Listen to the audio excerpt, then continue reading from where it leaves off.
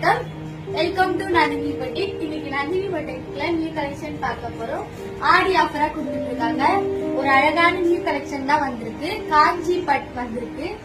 இதுல எல்லாமே new collection தான். உங்களுக்கு பாத்தீங்கன்னா இந்த சாரி பிரைஸ் வந்து வெளியில வாங்குனீங்கன்னா 4000 வரும்.